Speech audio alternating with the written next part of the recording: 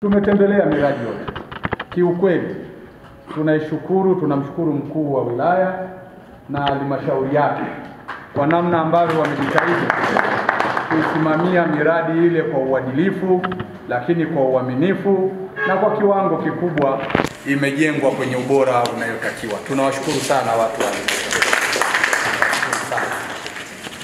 Lakini sambamba na hilo, Mheshimiwa Mwenyekiti, ulituongoza na tunaamini kwenye yale majengo mabaadhi ambayo yalikuwa hayajakamilika kwa wakati, basi ulitoa maelekezo na maelekezo yako yamefanywa kazi, na sisi tunaamini ikifika tarehe 30 ya mwezi wa 5 ambayo uliitoa, basi mimi kama mwenyekiti wa sekretariat nitakuwa mstari wa mbele kurudi kwenye maeneo yale yote kuhakikisha kama yale maelekezo yako uliyoyatoa yamefanywa kazi, na kama yatakuwa hayajafanywa kazi basi tutakuletea taarifa, lakini zaidi hapo kama yatakuwa yamefanywa kazi bado tutakuletea taarifa kwa ajili ya shughuli zingine zinazoendelea.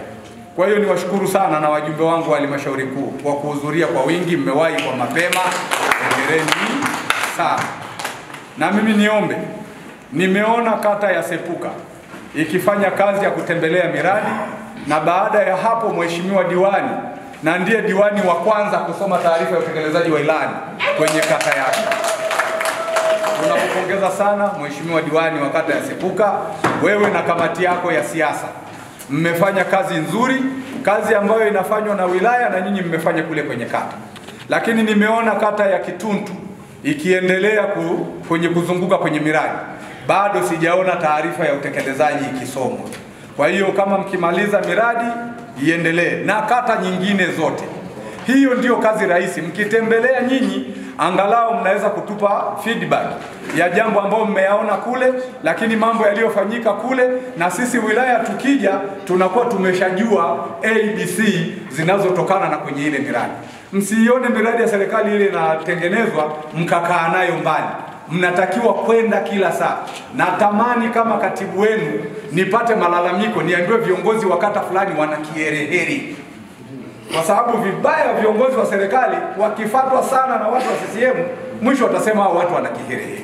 Lakini wana kiherehere kwa sababu ndio waliokupa ilani ufanyaje? Uitekeleze. Kwa hiyo lazima waje waone. Hata ukipewa kazi ya kufanya kazi kwenye shamba, kwenye duka, ukimwona mtu anakuja kukagua duka, jamani mwenye duka, huyu atakuwa na kiherehere huyu? Si anakuja kuangalia mali yake? Yeye mwenye mali, wewe unatekeleza hicho. Ukitekeleza vizuri, anafurahi, mambo yanakwenda. CCM oyee! CCM safi!